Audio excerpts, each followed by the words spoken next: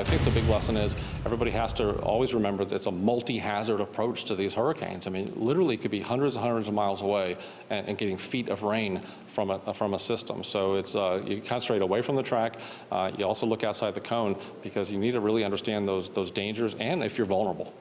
Whether we're tracking a developing tropical depression or a full-blown hurricane, the most important information about the storms comes from some folks in an airplane flying right into harm's way. Matt, you got to meet some of the hurricane hunters. That's right, Tim. These are the people that put it all on the line, so we'll know what kind of conditions to expect as a hurricane approaches. You're looking at one of the most important pieces of equipment when it comes to forecasting hurricanes. The WC-130J Hercules is the plane used by the 53rd Weather Reconnaissance Squadron, better known as the Hurricane Hunters. The aircraft is specifically designed for penetrating through the harsh winds and heavy rain found in tropical cyclones to get to the eye of the storm. Sometimes before we enter the eye, it's one of the most horrific.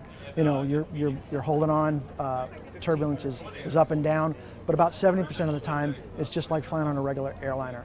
Once we get into the eye, it's beautiful. It's smooth, it's clear skies.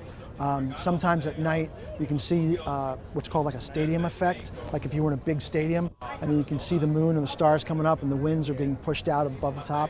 It's just awesome. Once in the eye, the hurricane hunters try to collect as much information as possible about the storm. The primary way they do this is by dropping a small piece of equipment through the bottom of the plane, known as a drop sonde.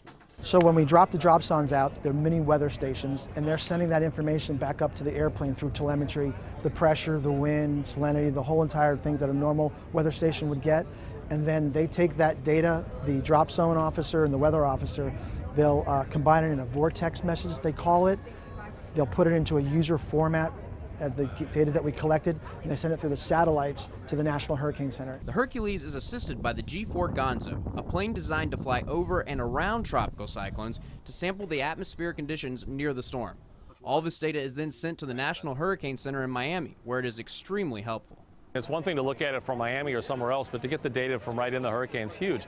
That data goes into the models, and it really plays a big role in helping us forecast intensity and also the track of these hurricanes. As the Hurricane Center creates their forecast, they reach out to the National Weather Service offices in the path of the storm, including ours in Brownsville. Sometimes we might not know the nuance of the local area, such as the Rio Grande Valley. We can step in and say, you know, we've seen this before, it might do this. What do you all think about that? And they'll say, oh, good point, let's talk a little bit more. And then we collaborate. When that forecast goes out, we're 100% confident that we have the best forecast going out. It's a strategy that has proven to be very successful.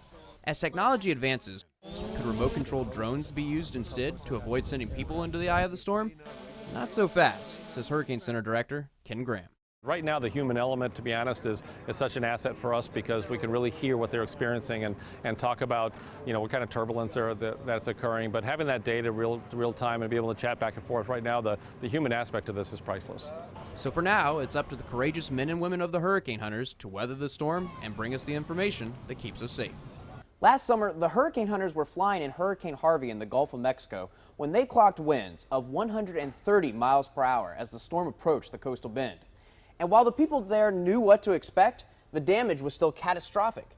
Stephen, you've been visiting with the people of Rockport over the last few months. What are some of the biggest lessons learned? That's right, Matt. Preparation makes the difference, period. We traveled to Rockport where we met two different people who prepared for Hurricane Harvey in two different ways. The results speak for themselves. Two stories. It was ugly. It started raining, real windy. The sheetrock collapsed on the ceiling. One devastating storm. Water all over my floor. Water and all kinds of junks and everything in here. Juanita De La Garza says she took many precautions as Hurricane Harvey made its way to Rockport. We was already prepared to go. We already had loaded the trucks and everything to take off, and then we took off. She made sure everything left behind at her home was secured and boarded up, something she highly recommends. The windows, the doors. Shortly after the storm, De La Garza was able to move back into her home, but she isn't out of the woods yet.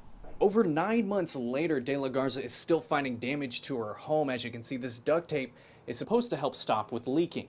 Overall, De La Garza says her home is holding up well. It's good. It's pretty good. Just down the road, we found Ruby Cabajal, who was in a different boat. We lived at the beach for a week, over a week. We slept in our vehicles. Carvajal says she was not able to prepare her home in time for Hurricane Harvey and just evacuated. To this day, she is still not able to live in her own home. while they continue to make repairs. I mean, it's not much, but you know, it's home.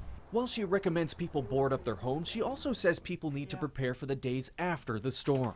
Batteries, water, food, actually, canned food. While both went about preparing differently, both say they would evacuate if another hurricane came their way. Absolutely. If I had it to do all over again, I'd leave again. I don't stay. My kids don't stay either. Both De La Garza and Carbajal say those who live along the coast need to take the dangers of a hurricane seriously, as the damages can be very real. The road to recovery following a hurricane is a long one. Preparing beforehand like De La Garza shows how much quicker repairs can be done. Stephen, I know one of the biggest questions for folks there and anywhere a hurricane threatens is, where will I go if I evacuate? We're going to take a break, but when we come back, we'll tell you about a brand new app that connects evacuees with folks away from the coast who are offering their spare bedrooms and their fold-out couches. It's pretty special. Stay with us.